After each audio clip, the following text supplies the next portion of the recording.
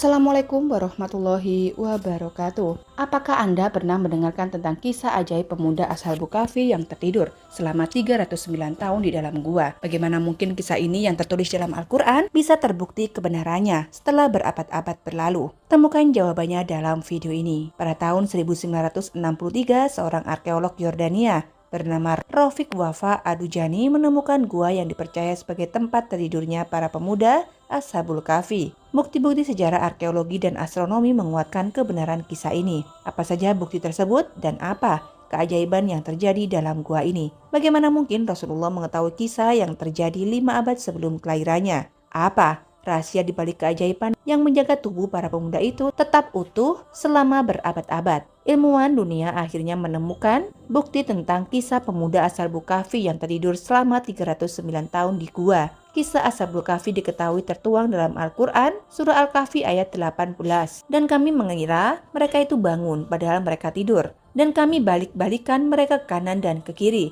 Sedang anjing mereka menguncurkan kedua lengannya di muka pintu. Dan jika kamu menyaksikan mereka, tentulah kamu akan berpaling dari mereka dengan melarikan diri. Dan tentulah kamu akan dipenuhi oleh ketakutan terhadap mereka. Setelah lebih dari 14 abad, ulasan Al-Quran tentang para penghuni gua atau Ashabul Kahfi berlalu sampai hari ini. Sebab arkeolog Yordania, Rafiq Wafa Adujani, menemukan letak gua tersebut di dataran Ar-Rahib di Yordania pada 1963. Itulah gua tempat sejumlah pria tertidur setelah melarikan diri menyelamatkan agama dan iman mereka dari ancaman Raja Dikianus. Di dalam gua itu ditemukan adanya 8 kuburan, persis sejumlah yang disebutkan dalam Al-Quran. Di dekat pintu gua ditemukan kerangka rahang atas anjing yang ikut bersama dan menjaga mereka. Para pemuda tersebut berjumlah 7 orang. Salah satunya adalah pengembala dan yang ke-8 adalah anjing mereka. Anjing itu terkubur di depan pintu gua yang dijaganya. Lubang gua Ashabul Kahfi tersebut telah diteliti terutama pada celah masuknya sinar matahari ke gua. Ternyata ditemukan bahwa celah gua di sebelah selatan mengarah ke barat daya. Ketika seorang berdiri di dalam gua di waktu petang, posisi sinar matahari bergerak ke arah kanan. Pada waktu tengah hari, sinar matahari tidak memasuki gua. Sedangkan pada waktu matahari terbenam, sinar matahari sedikit dan sesaat memasuki gua. Apa yang ditemukan dan diuraikan dari para peneliti sama persis dengan apa yang dijelaskan di dalam Al-Quran. Allah berfirman dalam surah Al-Kahfi ayat 17, "Dan kamu tidak akan melihat matahari ketika terbit, condong dari gua. Mereka ke sebelah kanan dan bila matahari terbenam, menjauhi mereka ke sebelah kiri. Sedang mereka berada dalam tempat yang luas dalam gua itu. Itu adalah sebagian dari tanda-tanda kebesaran Allah. Barang siapa yang diberi petunjuk oleh Allah, maka dialah yang mendapat petunjuknya. Dan barang siapa yang disesatkannya, maka kamu tidak akan mendapatkan seorang pemimpin pun yang dapat memberi petunjuk kepadanya." Di dinding gua ditemukan adanya tulisan dalam bahasa kuno yang mengisyaratkan keesaan Allah. Lalu bagaimana Rasulullah mengetahui kisah gua yang terjadi 5 abad sebelum kelahirannya dan sebelum turunnya Al-Quran? Ada yang mengatakan bahwa gua tersebut terletak di Asia dan ada juga yang berpendapat di Skotlandia. Namun bukti-bukti historis, arkeologis, dan astronomis menunjukkan bahwa gua itu sebenarnya terletak di daerah Sehab, sekitar 13 km sebelah kota Amman, Yordania, dengan uraian berikut. 1. Bukti historis. Beberapa sahabat Rasulullah menyebutkan bahwa gua yang terdapat dalam surah Al-Kahfi itu ada di Gunung Rakim, Yordania. Mereka pernah berkunjung ke sana dan mengaku melihat tulang benulang penghuni gua. Di antara para sahabat itu adalah Ubadah ibnu Syamit, Muawiyah ibnu Abu Sufyan, dan Ibnu Abbas. Kedua bukti arkeologis. Ditemukan adanya sebuah bangunan bersejarah di atas gua tersebut dan ternyata bangunan itu dahulu merupakan gereja dan beralih fungsi menjadi masjid pada masa kekuasaan Islam. Ditemukan ada 7 pilar batu yang sudah tidak lagi sama tingginya dan dalam posisi membentuk lingkaran. Rupanya itulah bangunan yang disebut dalam Al-Quran. Dan demikian pula kami mempertemukan manusia dengan mereka agar manusia lebih mengetahui bahwa janji Allah itu benar adanya dan bahwa kedatangan hari kiamat tidak ada keraguan padanya. Ketika orang-orang itu berselisih tentang urusan mereka, orang-orang itu berkata, "Dirikan sebuah bangunan di atas gua mereka. Tuhan mereka lebih mengetahui tentang mereka." Orang-orang yang berkuasa atas urusan mereka berkata, "Sesungguhnya kami akan mendirikan sebuah rumah peribadatan di atasnya." Surah Al-Kahfi ayat 21. Masjid tersebut sudah mengalami beberapa kali kerusakan seperti yang tertulis pada bentuk di dalamnya.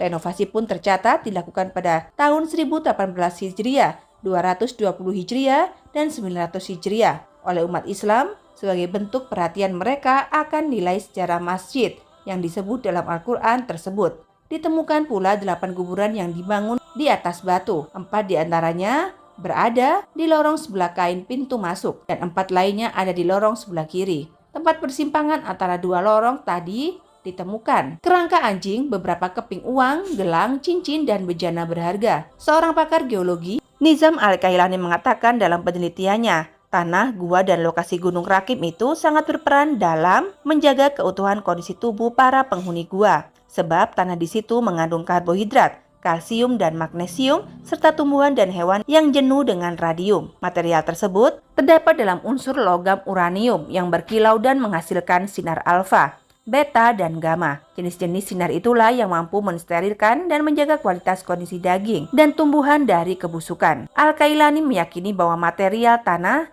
itulah yang membantu menjaga kondisi jasad para pemuda dari kerusakan selama lebih kurang 3 abad. Kisah Ashabul Kahfi dalam Al-Quran tentang 7 pemuda yang diturunkan di dalam gua bersama 309 tahun oleh Allah memberikan banyak kemudahan. Pemuda tersebut lari dari kekejaman Raja Dicyanus lantaran dipaksa menyembah selain Allah. Nama 7 pemuda Ashabul Kahfi dan anjingnya yang beriman kepada Allah, yakni Maksalmina, Tamliha, Martunus, Kastunus, Bairunus, Yatbunus, dan Danimus. Sedangkan nama anjingnya yakni Kitmar. Raja Dicyanus memimpin pada tahun 112 Masehi di masa pertengahan setelah era kerasulan Nabi Isa alaihissalam dan sebelum kerasulan Nabi Muhammad. Dikisahkan bahwa Raja Dicyanus bersama bala tentaranya memaksa 7 pemuda Ashabul Kahfi untuk menyembahnya dan menyembah berhala di lingkungan istana. Namun 7 pemuda beriman ini tetap teguh pada pendiriannya. Lalu Allah menyelamatkan iman dan tauhid mereka dengan cara melarikan diri dari kekejaman Raja Dicyanus. Lalu mereka nantinya tertidur lelap dalam gua selama 309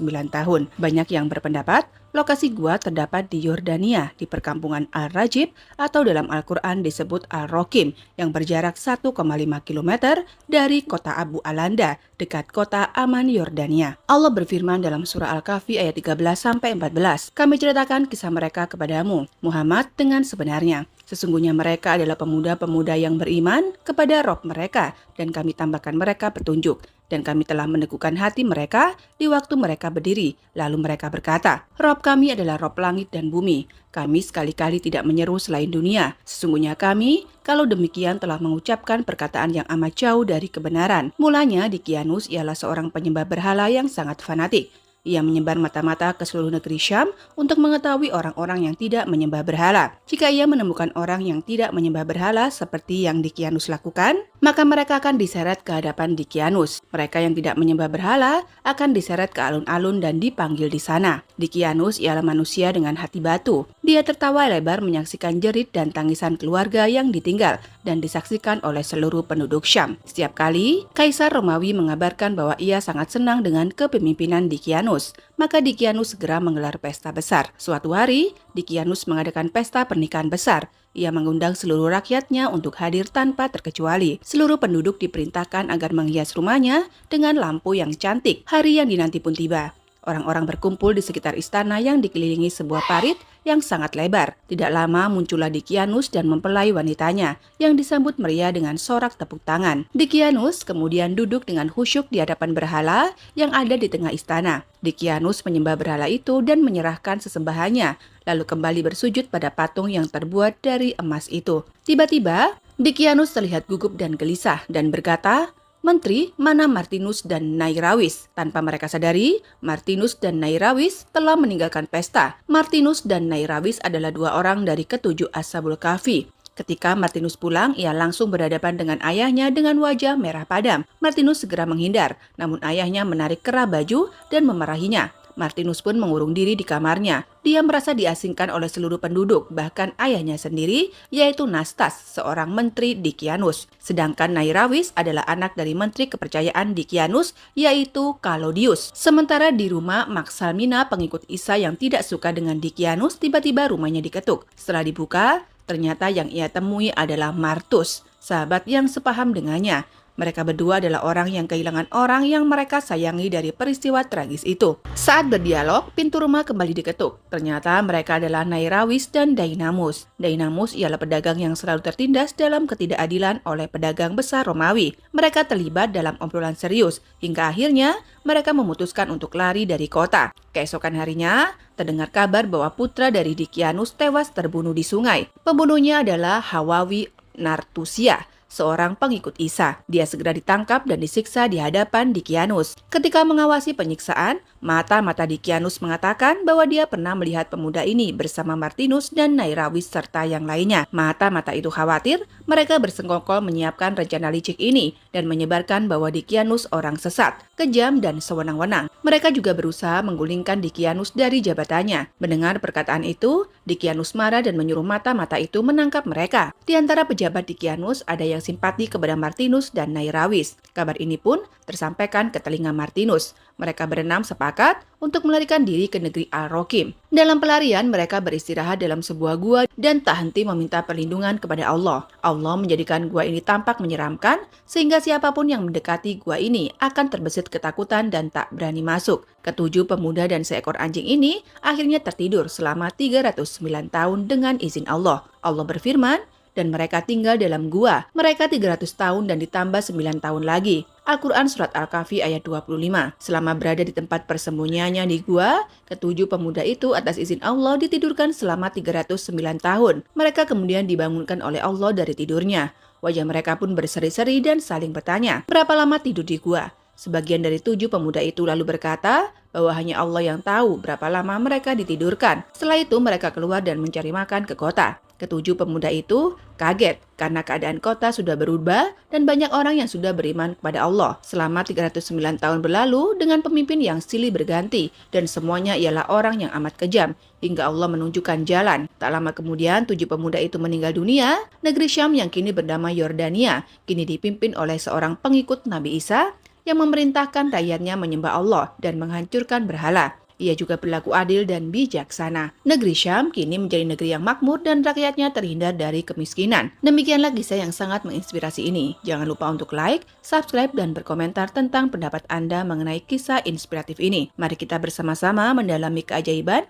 dan hikmah yang terkandung dalam kisah Ashabul Kahfi. Sampai jumpa di video berikutnya. Wabillahi taufik wal hidayah. Wassalamualaikum warahmatullahi wabarakatuh.